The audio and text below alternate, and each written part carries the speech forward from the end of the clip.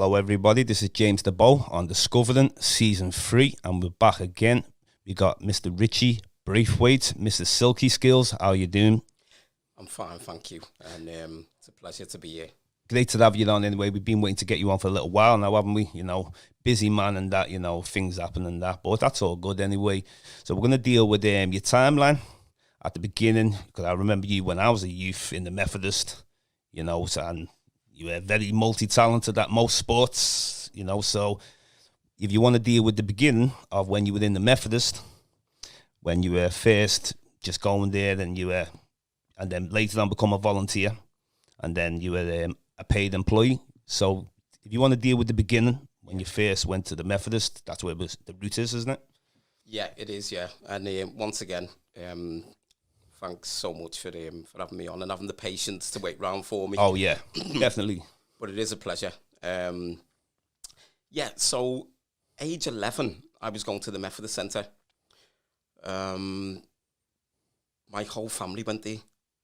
So they had discos, so many sports to do, table tennis, pool, football, basketball was going on, all different sports. And as a youngster, I was just active. I just wanted to be involved in everything.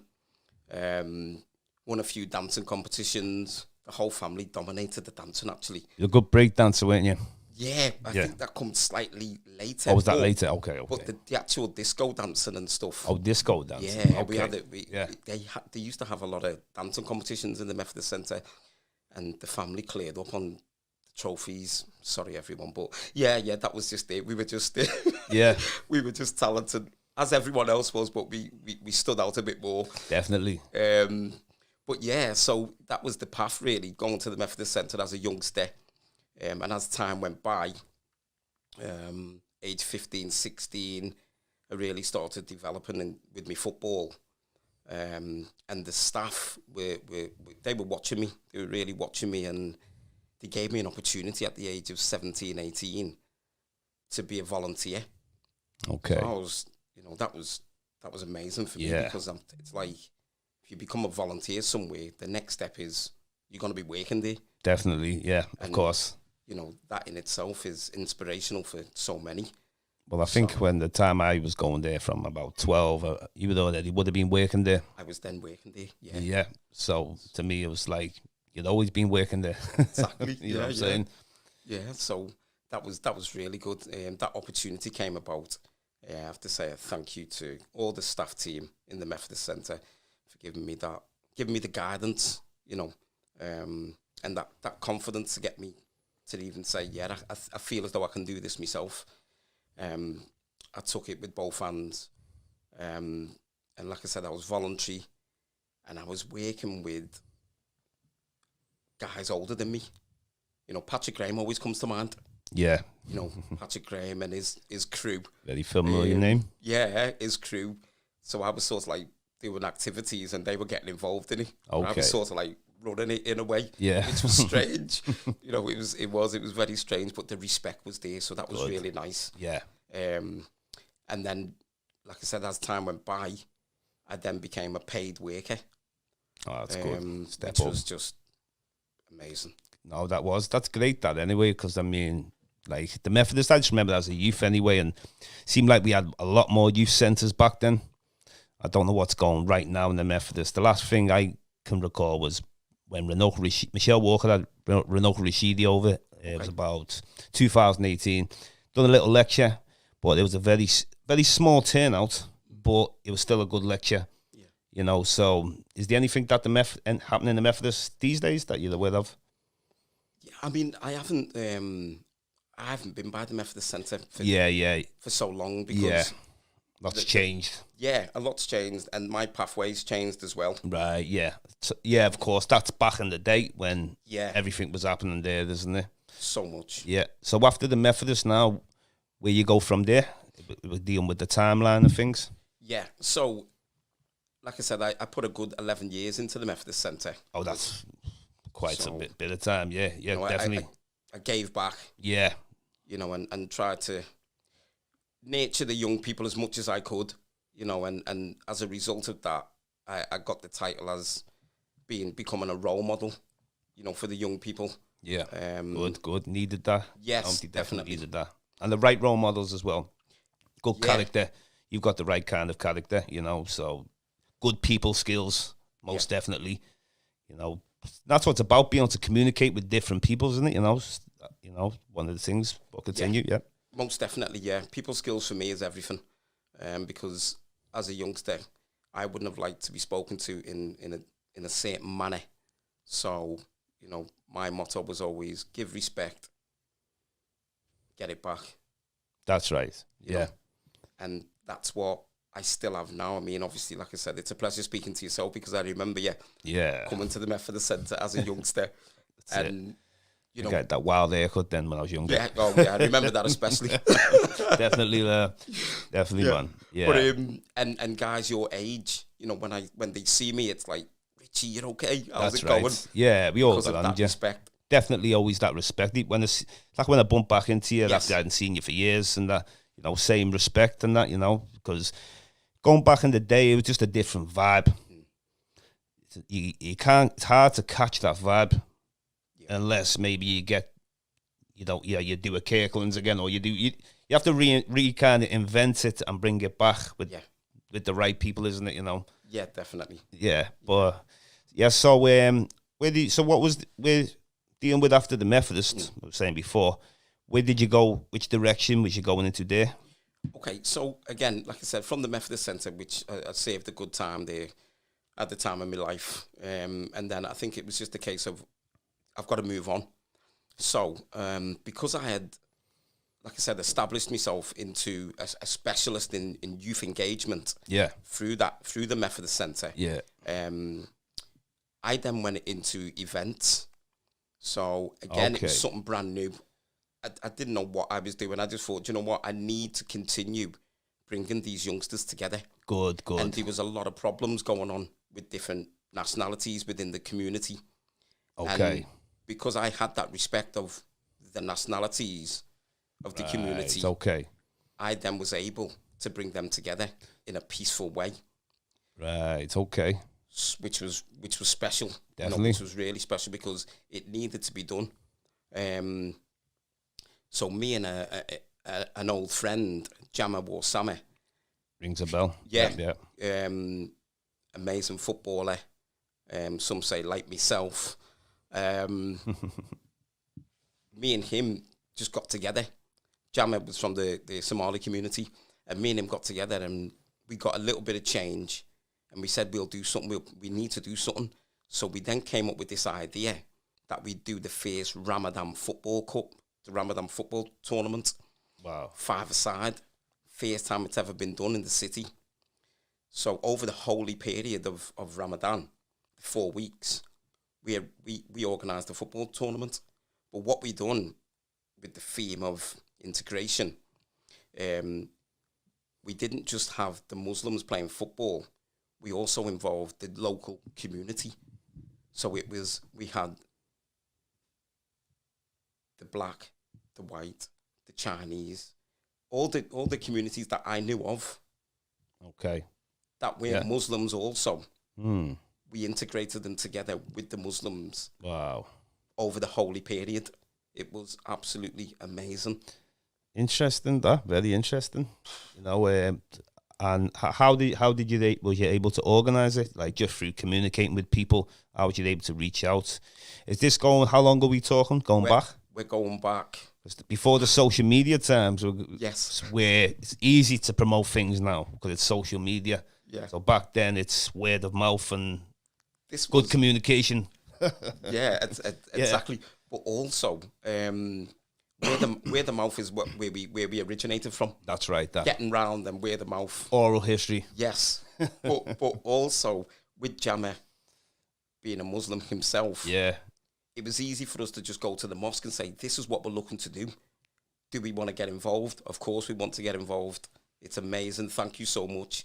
We then got 10 teams together from the Toxteth area, and we used the Unity Boys Club, the Unity Community Centre. And like I said, we delivered our tournament every Friday of the holy period. So 4 weeks. And again, this name comes back to me again, Patrick Graham, because Patrick actually filmed it. Wow. So we do have archives of this tournament.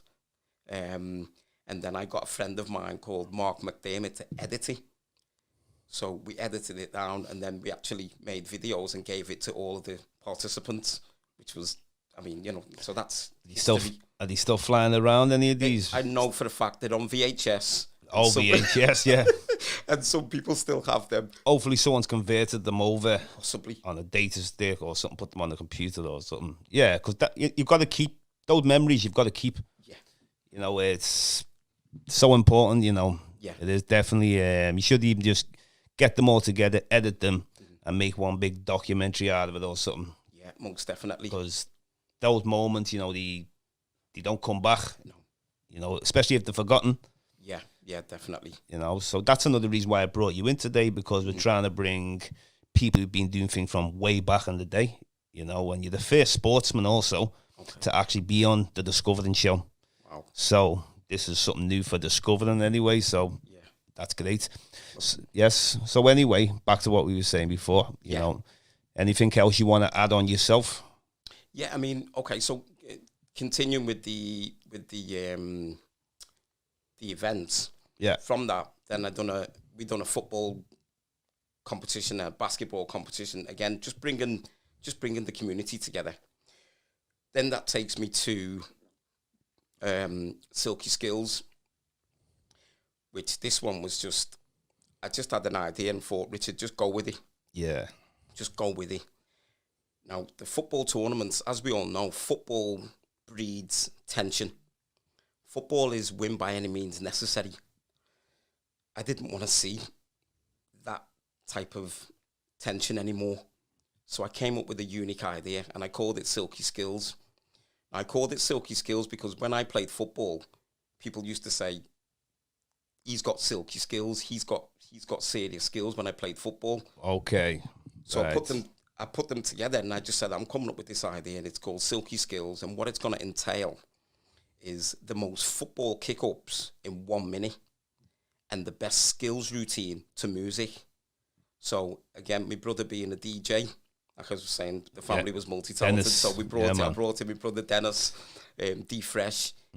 He mentioned it to some of his friends, Spycatcher, Ridge, a few others, and they came along to DJ for us, so we had our music set up, and then I promoted that, got it into the Echo, the Mersey Mart, but I spoke to a close family friend called Charlie C.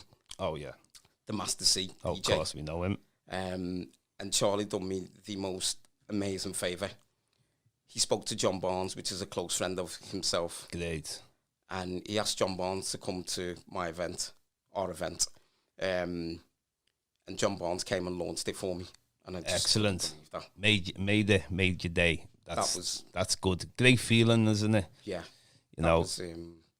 That was just an amazing. It was amazing because no one weren't expecting. Yeah. Anyone to come through the doors. I seen you a few pictures you sent, a couple of different professional football players you've met, isn't it? Who are some of the names that you've actually met? Yeah, I mean, well, you got your pictures taken anyway. Yeah, I fast forward a little bit. I've performed since that tournament. Okay. So it was from Richard Braithwaite. I became Mr. Silky Skills. Okay, yeah. The professional football freestyler. Yeah. And which that's taken me around the world. It's given me plenty of TV opportunities. Wow. I had the pleasure of performing at Soccer Aid. Excellent. Which is to do with UNICEF, a charity, and they bring together all legends and celebrity footballers. And I was asked to perform at halftime on the pitch at Man United in front of 76,000. Wow. And then me and a friend of mine, Billy, I'll never forget it, he said, Rich, he had done a body double for Zinedine Zidane. Yeah. And he said, Rich, we need to get a picture of Zidane. So we got by pitch side and I started doing some skills and it got the attention of everyone.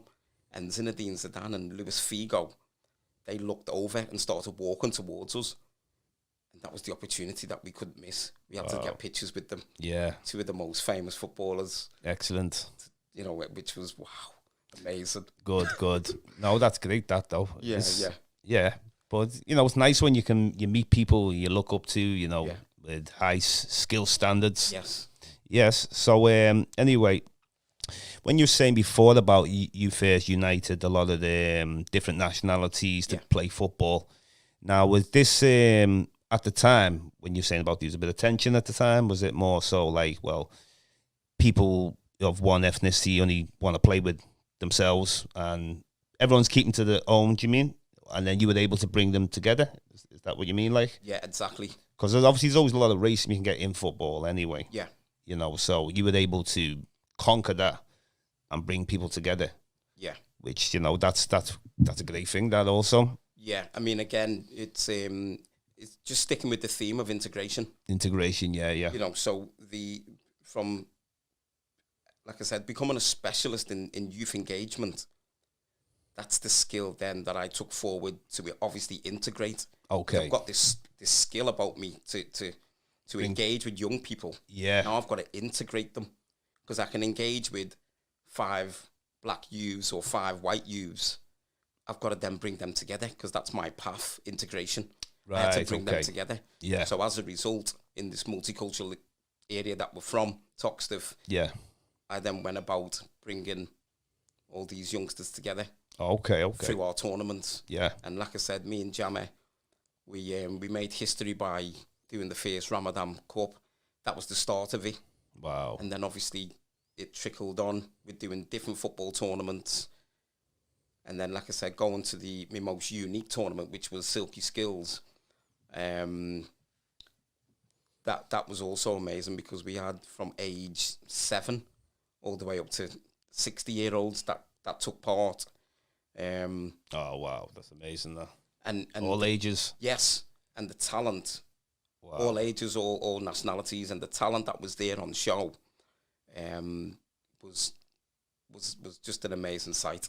Wow. You know, and peaceful, and just people admiring each other's skills. Yeah, you can't beat that. That's right. Yeah. You know?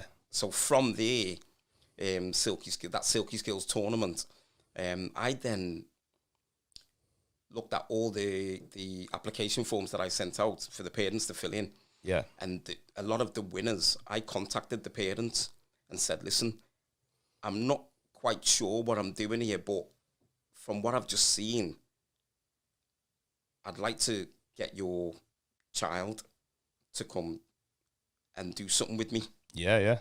So I then contacted all of these parents, and 6 of the parents came to a meeting with their sons who took part in the competition. Yeah. As well as my 5 daughters, and I integrated them. So we had black, white, Chinese, Yemeni, Indian, Somali, and I brought them together. Again, sticking with the theme of integration. Yeah. So then I was teaching these youngsters. I said to the parents, I said, look, I can see that I've got something here from this tournament. Just work with me and let's see where I can take it. And as a result of that, me teaching them for 5 or 6 months, then I formed the Silky Skills team, which consisted of all the nationalities that I've just said. Yeah. So wherever we went, it was an integrated team. Right. Absolutely amazing. Good. An amazing sight. You know, and then I toured. We went on a tour. Again, spoke to John Barnes. I was able to then perform at Anfield with these youngsters and Goodison Park. The dream was just unfolding. Okay, good. Absolutely amazing. Yeah.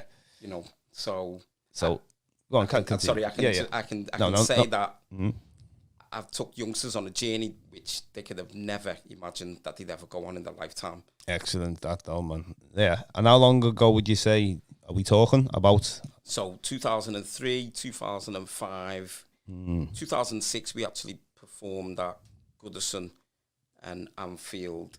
Wow. And then we basically just went around.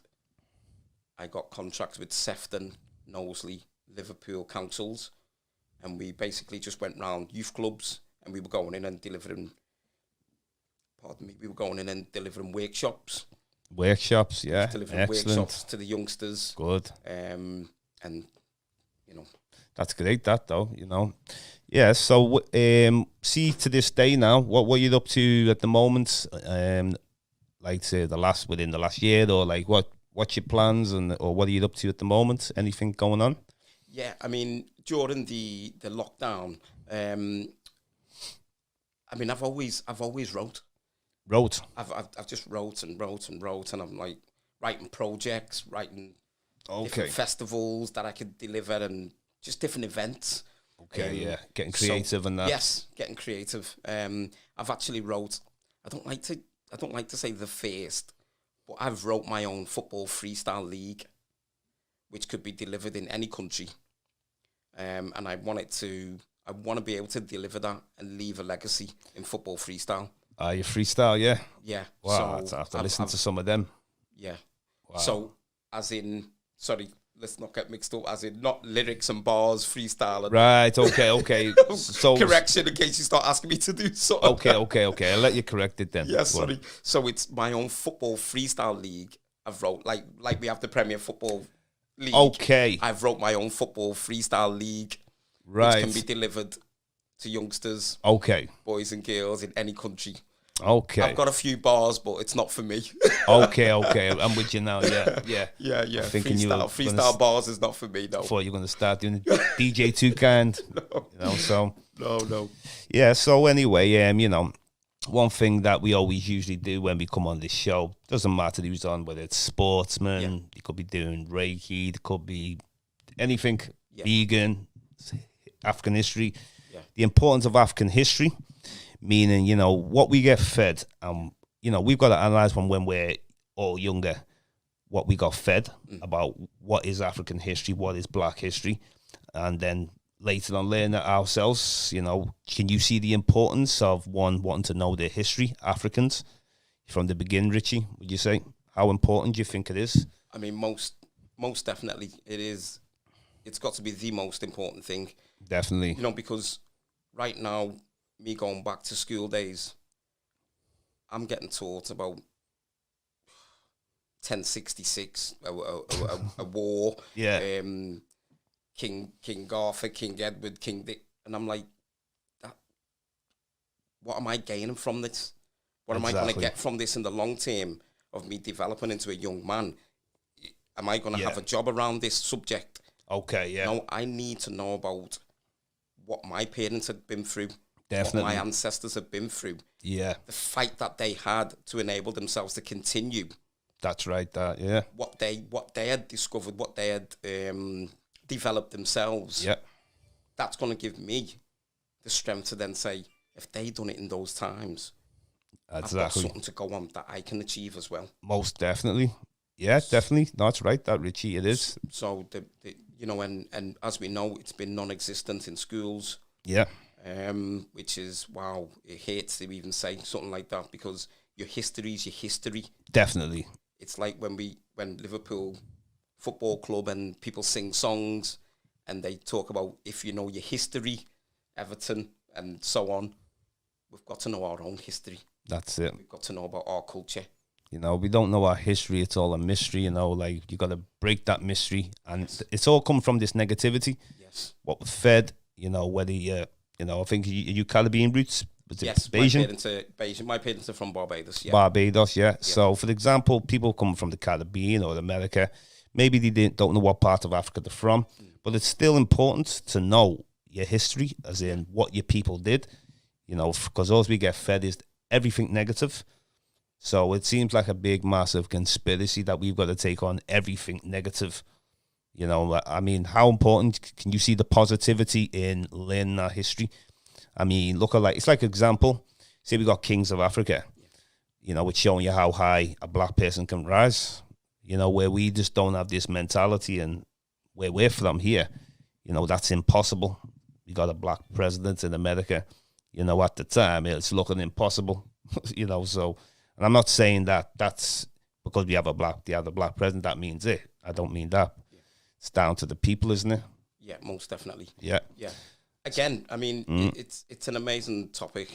and it's something that should be discussed so frequently. Yeah, definitely. There's so much in the news. There's so much that I've seen. There's been 1 or 2 programs that come on at like 3 o'clock in the morning talking about Black history. That time in the morning, yeah. That should be mainstream time. That these programs should be on. Yeah. And like you were saying about the achievements, it's looking back on, have we got that confidence to be able to say we can achieve the same things? Yeah. Well, of course we am. Definitely. We're achieving these things now.